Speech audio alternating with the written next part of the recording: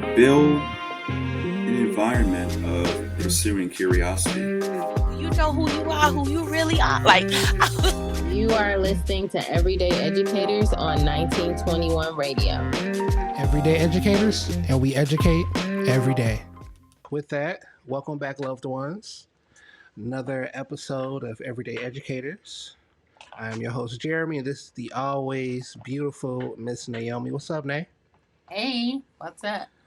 All right. See, I'm loving the brightness this evening.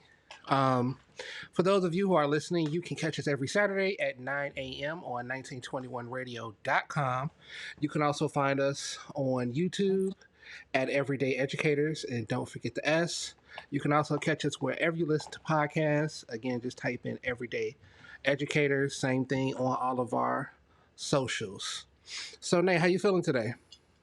I'm feeling really good. I got to leave work early. It's a long weekend, so I'm like very. You know how like you just want to like be in your house sometimes, like you don't want to like dang, I gotta go here, I gotta go there, I gotta do this. So I'm like looking forward to having like some time to just chill at home. Praise be to God. Amen. I understand that. I'm doing good. Last night I saw an amazing Shakespeare play. You know I love Shakespeare. And we saw a comedy called The 12th. Well, the name of the play is called 12th Night. Very interesting. It was an all-black cast. They threw in some music in it. Mostly black, but it was pretty fly. Pretty fly and like mad hilarious. Like it was super funny. So is it like Shakespearean funny or did they like update it? No. It is. So I would say it's real funny. So it's old English, right? But the humor is in the irony of the situation and in the language, right? And so I think it would be most akin to let's say I want to say like some like the best episodes of the Cosby Show, right? Where it's like the situations they find themselves is funny and it's witty, right? It's very witty. So I thought it was dope. And like I hadn't read this play prior to. And so I was able so like I was still able to like get everything, you know? And you know, I love the Shakespeare Theater because it's like so intimate. This was in their it was there previously, their main theater, but it's like their medium-sized theater, right? And so for those of you who haven't been, like they lay the brick in there, like everything is designed so it can have like the best acoustics, and so they generally really don't use microphones. Yeah, and it's like there's no bad seat in the house. It's really good, really good. I'm into it. So I know. Before we move on, again, the value I'm hearing myself. I'm hearing that feedback a little bit. Is that better? Let's see. All right. Yeah. Can you hear me? Yeah. All right. Cool. So perfect. And we're back. So, Nay, I know we were kind of discussing offline a clip that we saw on Instagram, right? And I thought it would be perfect for you as someone who, you know, has a background or a foundation in comms in social media to, you know, kind of talk to us regular educators. So what you got for us? So the clip that you shared with me essentially was like, how do we help young people manage social media in an appropriate way? And so one thing that the young lady said was like, when she first got introduced to social media, like she did not know that things could be filtered, and she would have appreciated for her teachers to be able to share that with her. As I was listening to her, I thought about like when I got introduced to social media and how so many of my teachers at that time were probably like middle aged. So like I don't, while I appreciate the thought, I don't know. Like most teachers, at least from my perspective, aren't like super young. But I think as people are listening to this, I think just if you do a quick Google search on social media, like how to filter things, how to talk to students about social, I think it's really important. I mean, back when we used to first started on social, taking it back to tagged, I don't know if you could filter things. But now you can. And so she was saying like she saw some really inappropriate and explicit content, and she would have appreciated if teachers were able to guide her better. And so I'm not saying that like you gotta be a TikTok aficionado, but just reading up on what what apps they're using um could be helpful. And then also having a general of even if you don't know how to do it, like I don't know how to do everything on Instagram or Facebook or whatever the platform of choice is. But if you are aware of like, hey, I do know there's a way to filter that. Let me share an article with you. Or like some schools even do for parents, like a social media night or social media info, just so parents are aware of like, these are the apps that kids are using. This is some of the stuff that's on there. These are ways for you to filter, for you to check at home. My biggest thing is those folks do not belong to the kids. They belong to the people that pay for them. So we have run into issues where it's like, I don't want to invade their privacy. Like, don't get me wrong. I respect every human being, but when you are trying to prepare a person for the world around them and what is to come, sometimes you got to be all in there. And I know that creates some tension. It certainly did in my household, but my mom didn't. She never really seemed to care.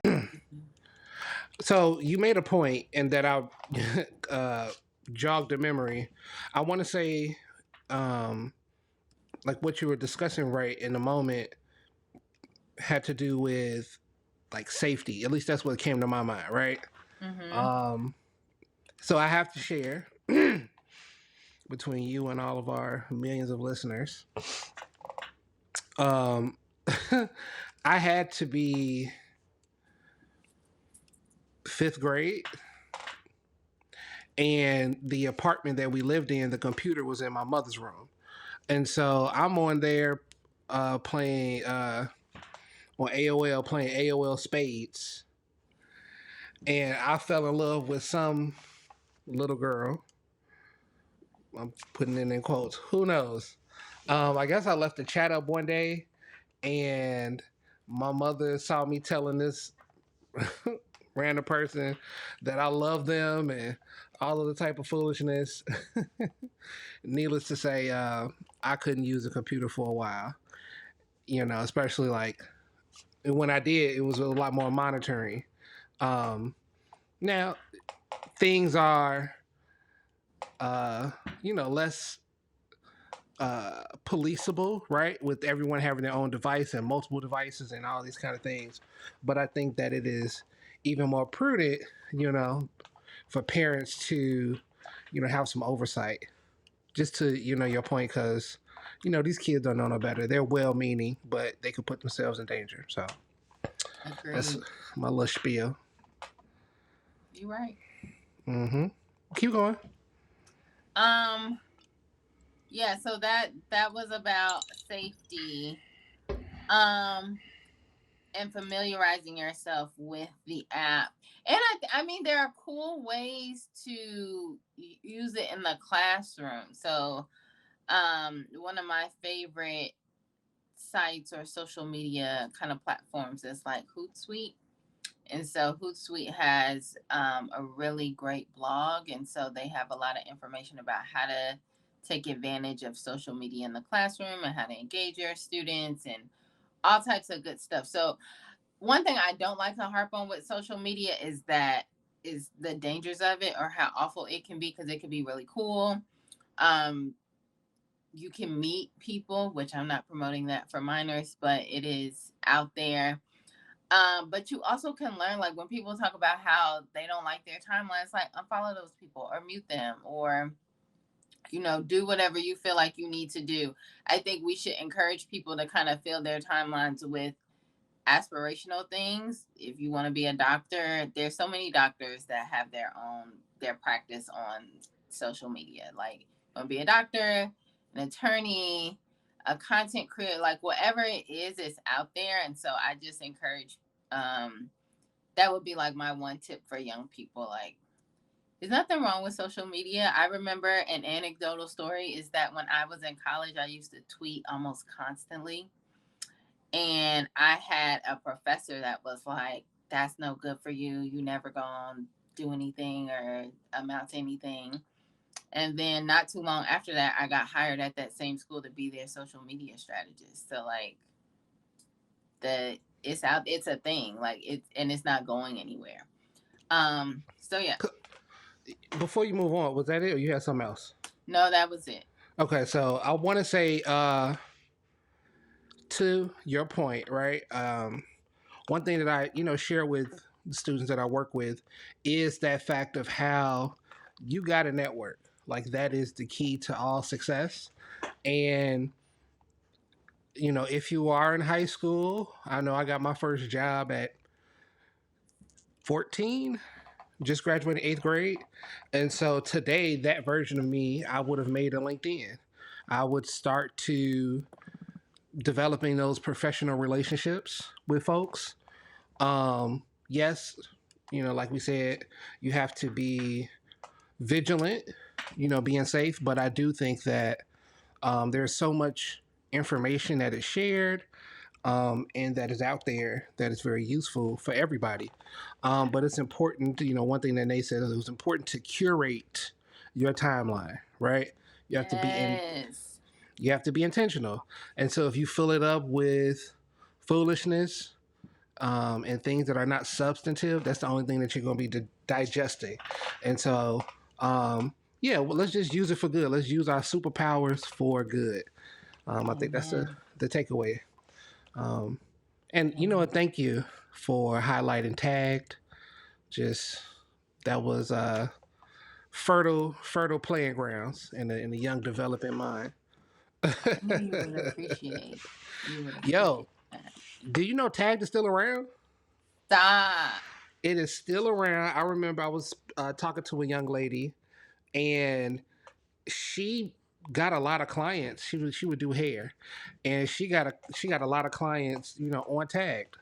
There's also like a dark underworld on there too, but whatever. But Tagged is still around and kicking. So shout out to you, Tagged, wherever you are. You have stood the test of time. Man, tell me about it. Those little stickers, man, those little stickers meant the world. Like before emojis, there was like tag stickers. Like someone you was feeling, you would like communicate a whole little sub message with those little stickers. Mm-hmm. And you know what? That felt so enriching. That's our actual factual, y'all. If you're just listening, it is when we cover some news in the world of education. And I felt like, we gave you a wealth of knowledge with that. So we're going to roll right on in to our next segment. This weekend, I went to go watch the new Martin Scorsese movie, Killers of the Flower Moon, starring Robert De Niro and Leonardo DiCaprio. I never disliked Robert De Niro so much as in this movie, so that means he did a great job. I can't wait to see this movie. I was like, it's long. It's long. Spicy. It's long. 3 hours and 26 minutes. But you don't feel it. So it's like it has great pacing, great acting, twist turns. Like you are invested in the lives of the people of the Osage Nation. So highly recommend. You should go. Take Booski. So I went to go see the movie. It was great. And then I was reading the paper. This is why reading is important. And I came across an article which inspired the topic of this week. And for those of you who don't know, Educator Spotlight is when we revisit the history of a person or event, or in this case, a series of events, right? That impacts the field of education, and that being banned books. Dun, dun, dun. Yeah, I tried to hook up a soundboard and everything with this platform we're using, y'all. I'm working on it so we can get some buttons to get some sounds, Air horns. something. But more to come. But anyway, in this article, it talks about a teacher in Oklahoma, which is where the movie takes place, who was fearful to have her students read this book that the movie was based off of because it was banned. It was banned in Oklahoma, and it put her teacher's license and her school's accreditation in jeopardy. Wild. Now, Nay, Yes. do you know of any books that were ever on the banned list? Yes. I give you a hint. If you just think of a book, like I was reviewing the list, pretty much every book you could think of has been on there. But give me something. Beloved. Beloved, yes. Unfortunately, they don't have a lot of love for Tony out there in the streets. She was on the list many times. Mm-hmm. I have one more because I did. It was one more. Song of Solomon. Song of Solomon? Mm-hmm. Another Tony. Yeah, another Tony piece. I don't know. I don't want to be misquoted, but a couple of her books on there. So here's some for you people listening out there, who that were at some point, banned. The Hate You Give by Angie Thomas. I Know Why the Caged Bird Sings by the prophetess Maya Angelou. The Color Purple by Alice Walker. The 1619 Project by Nicole Hannah Jones. Native Son by my favorite author, Richard Wright. Go Tell It on the Mountain by James Baldwin. And so far in 2023, there have been almost 4,000 books that there's been an attempt to ban or restrict them. And that's up from 2,500 last year. Ooh. So they hunt y'all. Have you read any of these books? And if you have, let me start with that. Have you read any of these books? Yes. Which one of those books, stood out, was most impactful to you? I love Native Son. Okay. I Know Why the Caged Bird Sings stands out, and I don't know if we'll talk about this later, but like the content of it, and to read it at the age that I did, it was like, ooh. Well, not talk about it. I think it's pertinent. So what like generally a general synopsis of someone who hasn't read it, and like when did you read it? How did you process it? I Know Why the Caged Bird Sings is would you say it's an autobio? It is biographical. Yes. It's a lot of her life, dumped in there. Yeah, for sure. Yes. And so she went through a lot of stuff. One thing that is probably that gets talked about often is the abuse that she faced, specifically sexual, and not speaking for a very, very, very long time. And so when my mom used to have this rule, which my grandparents had for her, that you can read what you want. So as long as you are reading, it's fine. So I know, like, we'll probably talk about some books that some people probably would not agree with their kids reading, but the idea was like, keep that love for reading going. So when I read it, I might have been in middle school, so like 6th through 8th grade, that range. I read it on my own because I am an avid reader. And so it was sad. Like I personally enjoy reading because I like other people's experiences. And so I like to understand that. And so to read that about another Black girl that grew up in a different time for me, in a different part of the country, and hear her or like read her experience was really impactful. It was very sad. And I also had a place to talk about it. So I was able to turn to my mom and the rest of my family and like discuss what I was reading. So yeah, I don't know if that's the best answer, but that's the one I have in No, regards to. that's perfect. Yeah, well, this story, this conversation will continue to revolve. So, but thank you for sharing that. Before I continue, I just want to highlight that this information comes from a bunch of different sources. However, there is a great video from a sister by the name of Princess Weeks on YouTube. I think the page is called Storied. That kind of summarizes the general history of banned books, not limited or exclusive to the U.S. That being said, the history of banned books, it does predate America and most modern civilization. You know, I always think about Julius Caesar and his Roman homies strolling into the Library of Alexandria in Egypt. If you know the history between Egypt and Rome, a lot of tension back there. Burn the place down, so there's all that history is gone, right? Also, we know that this subject is very complex and it involves questions of censorship, academic freedom, the role of literature in education, among other things. And by no means are we going to end this debate to here. What is that? I was trying to say tonight and here to here. But if you know Tahir on the Kev on Stage Network, tag him. That's my guy. Midwestern.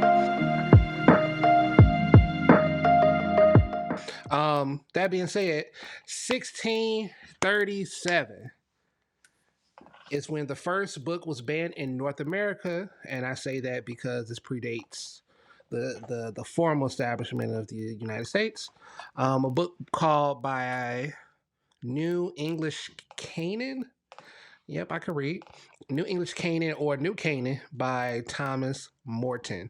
And yes, that's the title. New English Canaan or New Canaan. That's the full title. Now, in this book, Brother Thomas denounced a Puritan government system. And seeing as our forefathers were kind of basing around those Puritan beliefs, they didn't take kindly to his criticism. Now, the first book that was officially banned in the U.S. is one you may have known, Uncle Tom's Cabin by Harry Beecher Stowe. Have you read that one, Nate?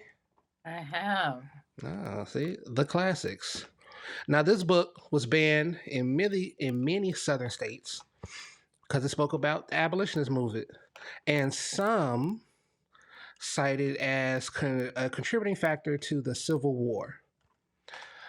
Now, banning books and censorship, they go hand in hand.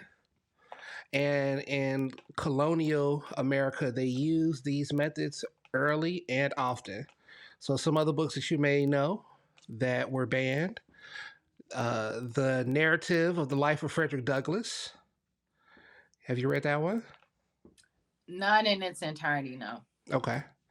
Also, Incidents in the Life of a Slave Girl by Harriet Jacobs. I have read that. See, I'm the opposite. I read the first, I've read excerpts of the second. And both were instrumental in exposing the horrors of slavery. And because of that, they were kept out of circulation, particularly in the South. Now, there are 3 main reasons why books are banned. 1, politics. 2, religion. 3, morality. All right. Now, speaking on Civil War and morality, this is where you kind of dim the lights. We could put like a red filter, getting a little sensual in here. Now, Nate, did you know that there was a lot of pornographic material available during the Civil War? I had no idea. Oh yeah. They was getting to it. So this had a lot to do with the expansion of railways and telegraph cables. So information, including literature, was able to reach a much larger audience and more quickly. Now, obviously, some folks didn't like it that everybody was getting rizzed up, as the kids say today. It was That's like their version of the internet. Listen. A cable wire just sitting here and telling, like, hearing what Shorty talking about on the other side of town, for sure. So yes, a gentleman by the name of Anthony Comstock, and there's a lot of jokes in that. He petitioned Congress to pass the Comstock Law of 1873. Also, I realized like everybody was mad accessible. Like people just like got to Congress. Okay, all right. But yeah, so in 1873 they passed this law, Comstock Law, which made it illegal to distribute obscene and lewd material via the U.S. mail. Now, this also prohibited the production and publication of abortion and contraception information. Wow. A lot of implications with that. One of his adversaries on the surface was the woman who created Planned Parenthood, but behind the scenes, it was a little more alignment on their values. Very interesting. You should look it up.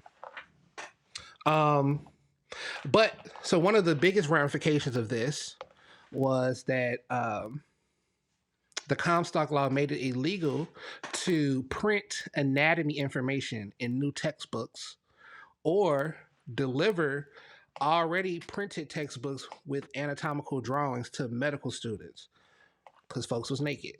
And that was against morality, I guess.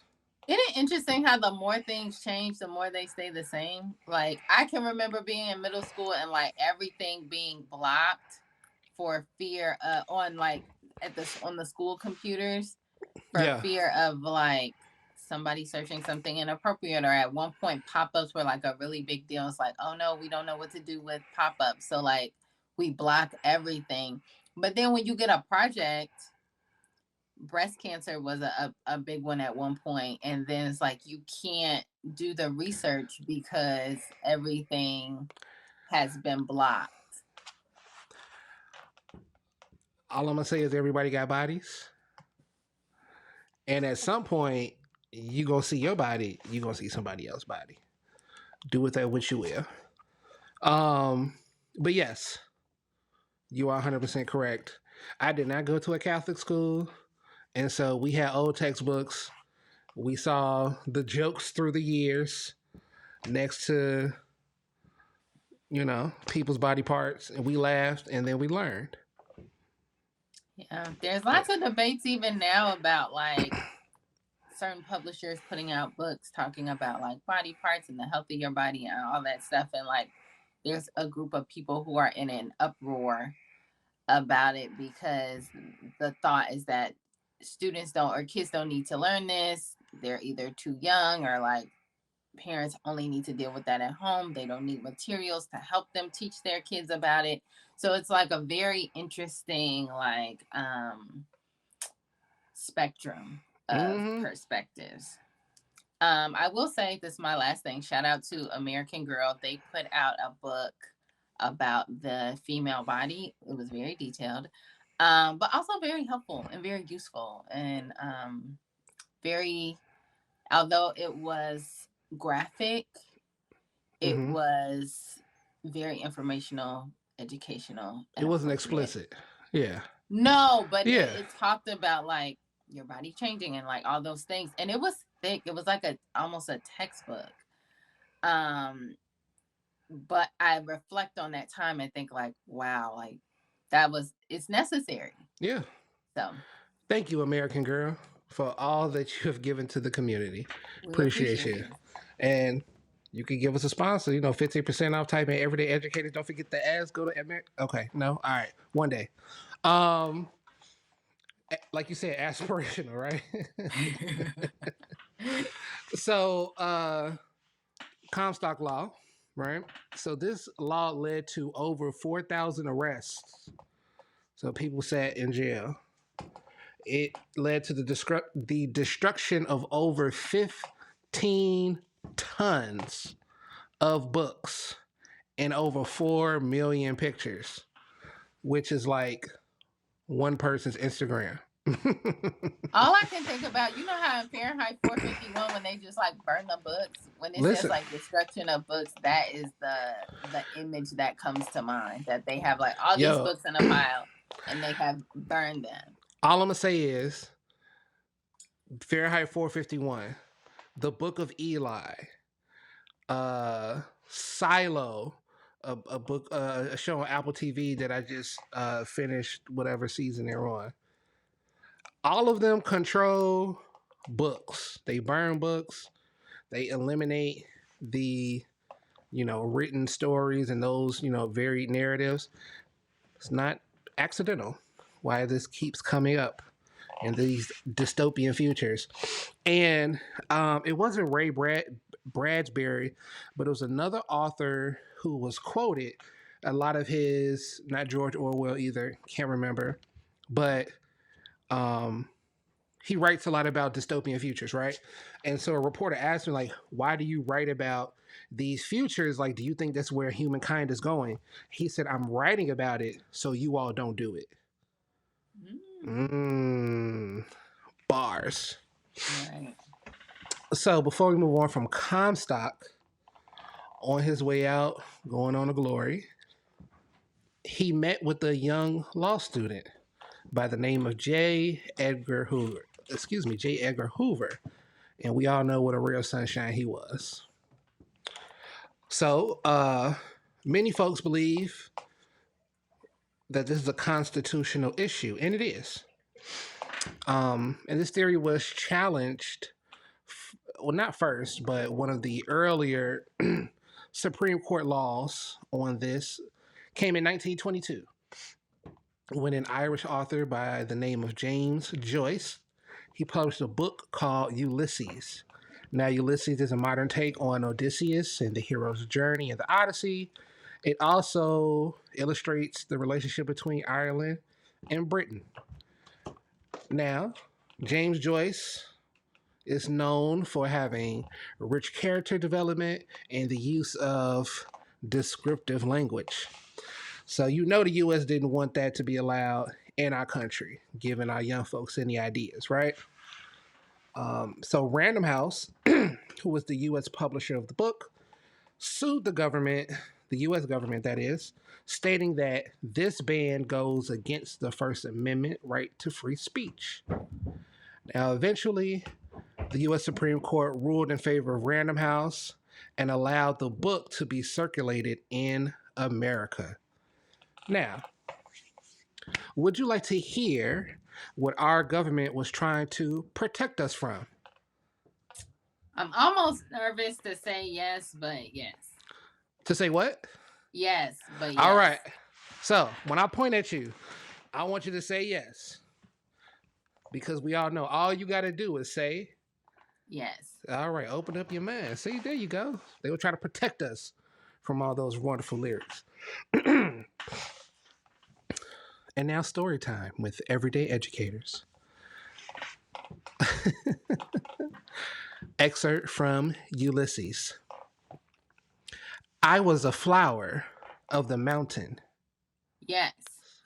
When I put the rose in my hair, like the Undulation girls used to. Or shall I wear a red? Or shall I wear a red? Yes. And how he kissed me under the Moorish wall.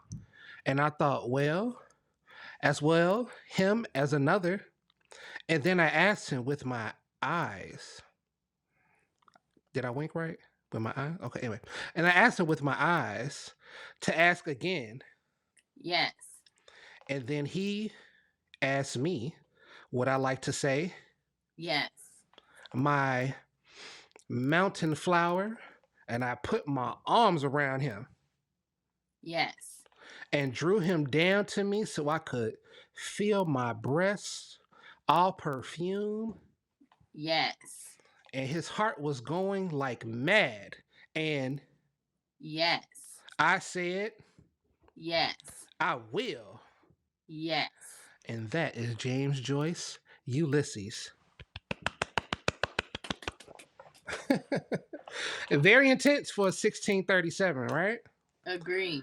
Now, it's nothing like the coldest winter ever, but, you know, that version That's for probably, again, their version. So that probably is their version of the coldest winter ever. Did you read that book? Yes. See, all right, on brand. When did that book come into your life? Freshman year of high school, and I remember not being able to put it down. Mm-hmm. So like I just had it with me at all times. Did you like buy it or you got it from somebody? I want to say that my mom bought it. We used to like. She must not have read it. Yeah, but again, her rule. The rule. So Right. We used to go to if those of us who are Chicagoans, at one point there was a Borders Books in Hyde Park. Oh, that one. And so we would frequent that one often because it was 2 stories upstairs. They had their like coffee shop. Mm-hmm. And they had like chairs and couches all around. So you probably could just read a book there and put it back. So I remember I would go to that one, but the one that was, you know, upper echelon was in Evergreen Park. And that too had the 2 stories. It's like across from where the Chipotle is now, like in that open. I should know that one. Listen, that one was like palatial, plush, and like that. Like it was mad books that I went in there to buy, and I just. Oh yes, I know. Yes. Okay, yeah. I'm sitting here like, which direction are we thinking about? Right. Yeah. I think it's a doctor's office or something. Yeah, some kind of. Yeah, medical. that one too. Mm-hmm. I would go in there, and I would be in there with my like grandfather or something, and I'm like, I'm in a book, and I end up finishing the book, and then I'll buy the like sequel to read at home. Yeah, so, but yes.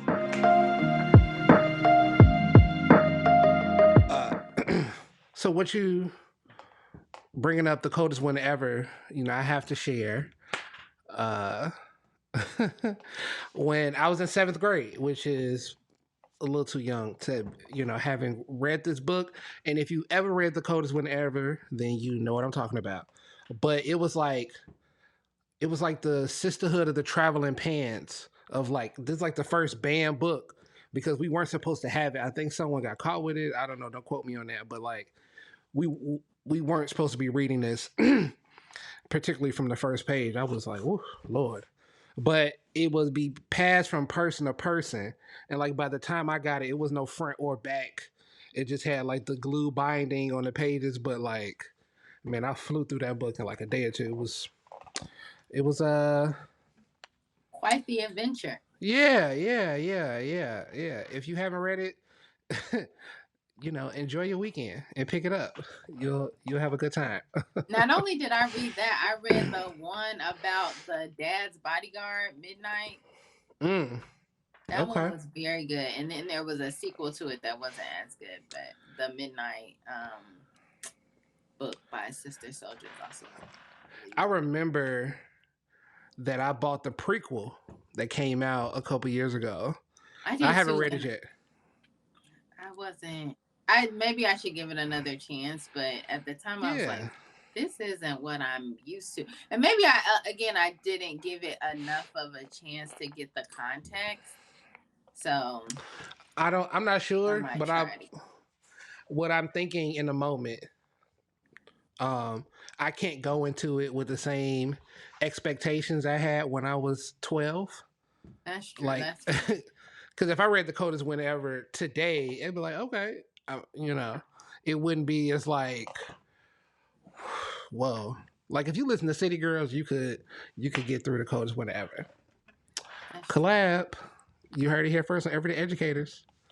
So yeah, there we go with the kind of tangent on that. Now, the practice of banning books has even hit our home state here in Illinois. So the first case occurs. Now, when do you think the first like major case of banning books happened here in Illinois? 1920. Okay, not too far off. 1953, when a young woman rented a book called The Boy Came Back by Charles H. Knickerbocker. Now, fun fact, libraries as we know them today as a standalone buildings were not the standard back then. And so people like this young lady would rent books from the state library system that was distributed through buildings such as high schools. Who knew? Now, this high school's mom saw which book that she was reading, and she wasn't feeling it. So she told the sheriff and then the governor. Again, the 50s, people can just pull up on the governor, I guess, and let them know that this book had to be taken out of circulation. Mom says of the book, quote, "The book would lower the morality of American boys and girls. It is vulgar, obscene, and has profane language to lower the respect and sanctity of our institution of marriage."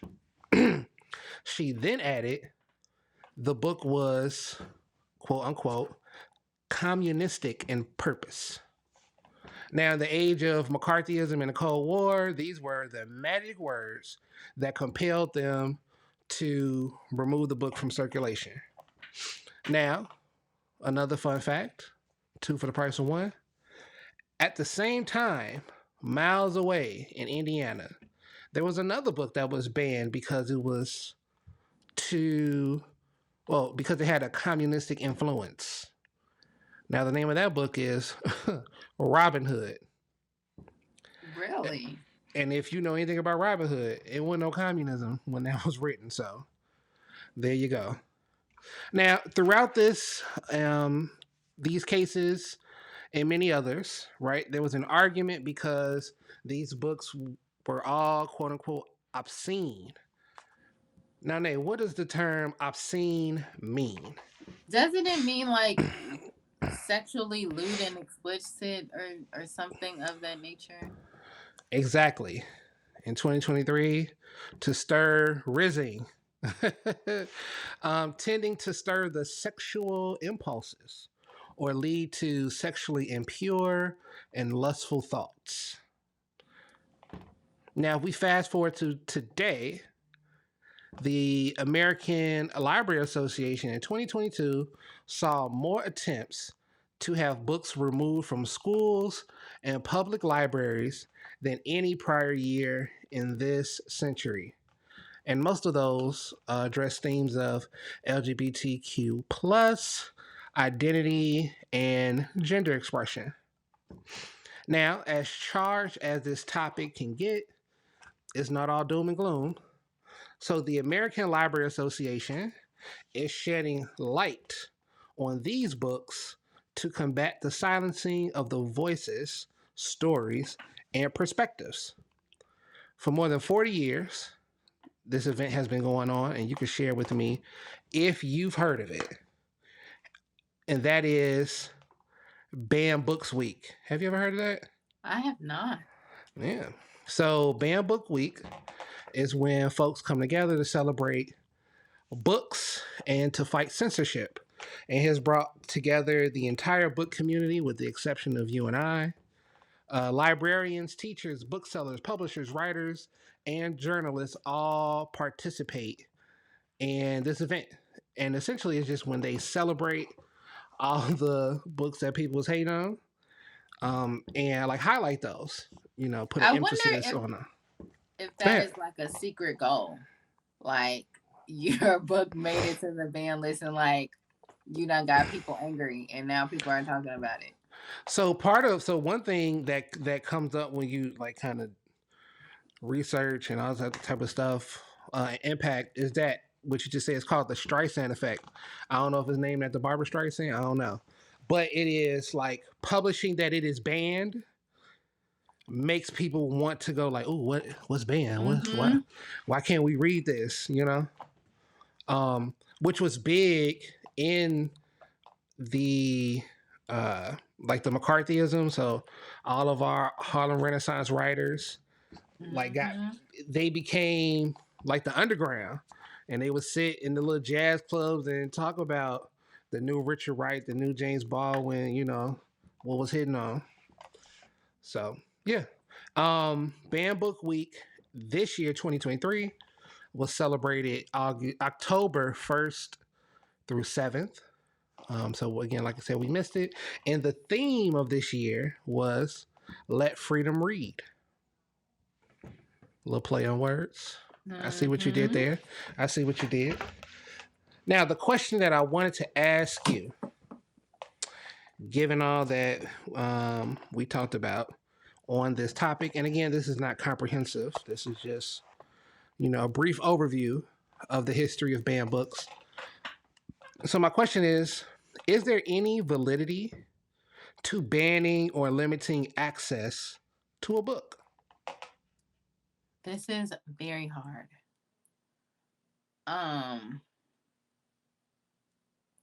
That's why I asked you. Only you can prevent force. I mean, only you can speak on this subject. Wow. I mean,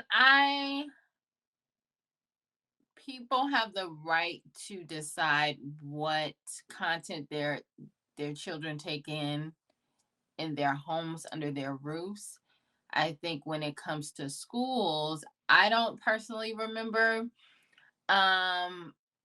like having to come home with like a book list and my mom having to sign off on it. I think if you are really clear about the type of school that you put your children in, that will probably lean one way or another as to like what they will be reading and what's appropriate for them. But I also think that every story is someone's story. And the example that I have to share is the movie Precious, which I only saw one time because it's a lot if you haven't seen it.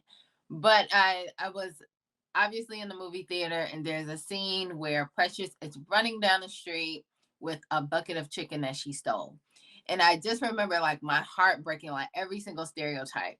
She is a heavy-set, dark-skinned young woman that lives in a high-need area. She is abused. She has no money. And then she has stolen this bucket of chicken. And then I just remember, like, this is somebody's story. Somebody will look at this and relate to it. And I feel like everybody deserves that.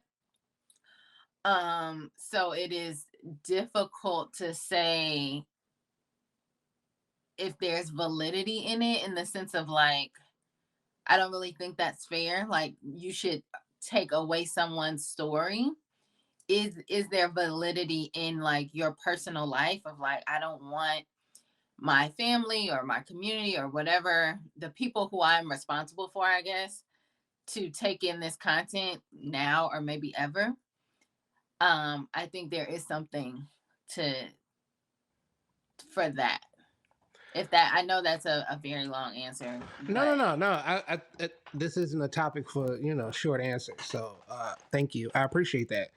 I had something else prepared, but you spoke to something that like triggered something in me. I remember, like, so coming up, my favorite author was Walter Dean Myers. And I remember the first book that I read of his was Scorpions. And I might be in 5th grade, right? And essentially it's a young guy who's, you know, in some city, right? Some urban city, who brother is the head of the gang. He goes to prison, and now the little brother, who was in middle school or something, is now the head of the gang and like managing that. And like, I remember that because, you know, gang culture is big in Chicago, and like that helped me to begin to understand. I'm not saying like when I got to high school, I'm like, now I know how to manage a gang. But these were things that I was able to, these were concepts that someone may not have brought to me, right? Mhm. But like my own intellectual curiosity, like brought me to it, and then I was Mhm. able to like process that, right? And I think part of that is like how you said earlier, having places like safe spaces to talk these things through, with folks who have a little more discernment, than I had. And so now when I was faced with games myself, it wasn't like a foreign concept that I didn't even know how to begin to process. Right. Okay, good. So, we talked about a lot, and especially in our last, just segment. So, my last question on this: when you look at like under all the considerations of book banning, right? I feel like it kind of comes down to organizational values and like protecting students, Yes. right? And so the question, the loaded question I have for you: is it possible to balance protecting students and organizational values without silencing students and abandoning those organization values? Your Can you say it thoughts? once more, For sure. please? For the people in the back, is it possible to balance, column A, protecting students and org values, right? And then column B, silencing students and abandoning said values. I Can would you say balance both?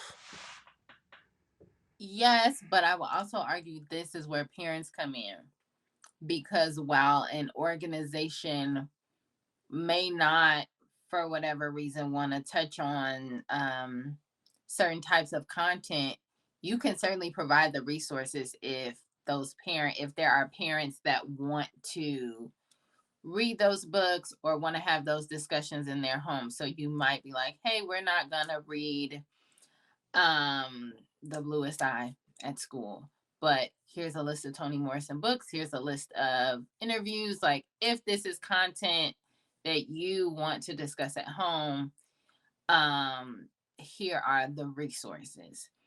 And I think vice versa, that's where like the community partnership comes in. And I know everybody, it's not, we have a lot going on and we are not parents, even though like we work in schools. um but parental influence on the school as well. So like being able to say like, hey, I read these books at this age, or this is what we are discussing in our home, here are some links and resources.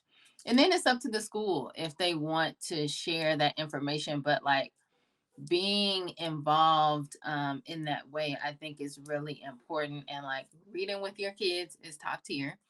And even as they get older, you may not sit next to them and make them read out loud, but like reading the same book or reading a book before them if they have interest in, like, oh, let me check it out. And then like kind of browsing through it to see like, is this stuff you want them to read, or like is it not? It's like, hey, let's not touch on these topics until you get to high school, or whatever the case may be.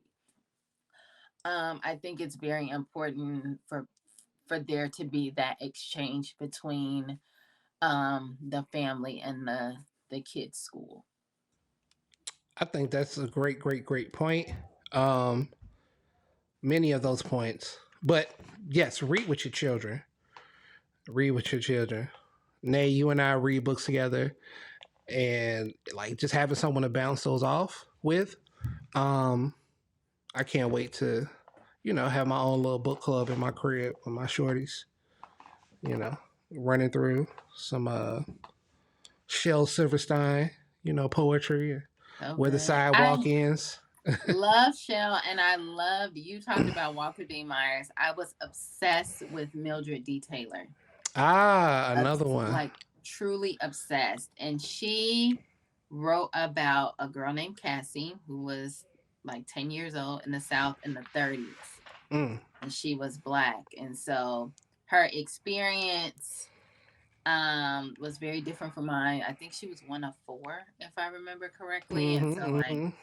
I just felt like Mildred, wherever you are, hopefully you're still Earthside. Like, what she did in those books to me was just like phenomenal. The way she illustrated a young girl's life and made it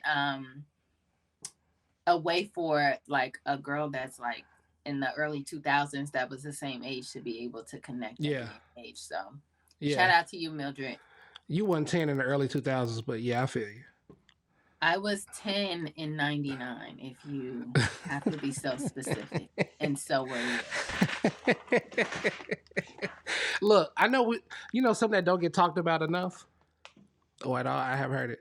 When you outgrow your favorite author, like I remember. That's another episode. We can't. I remember when I went back to Walter Dean Myers, and I was just like, this is not hitting the same. I was like, ugh.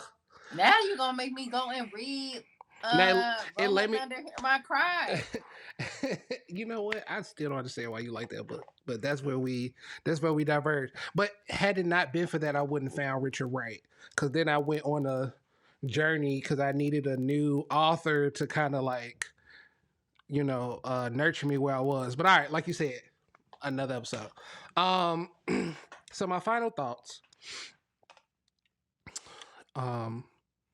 Again, balancing students, orgs, all that stuff, is that both people and organizations are organic creatures, right? And so they grow and they change shape all the time. And so our policies and our practices must always be updated, which means they have to be challenged, right? We have to rub up against the edges, where our old boundaries were, to see if they're still serving us. Because things that our children are going to deal with may not be topics, Internet safety wasn't a thing, filtering and all that for our parents. And then cyberbullying wasn't a thing for us. And, so as we grow, as society grows in shape, and, kids just are more awesome and are doing more sooner, like we need to kind of update these things.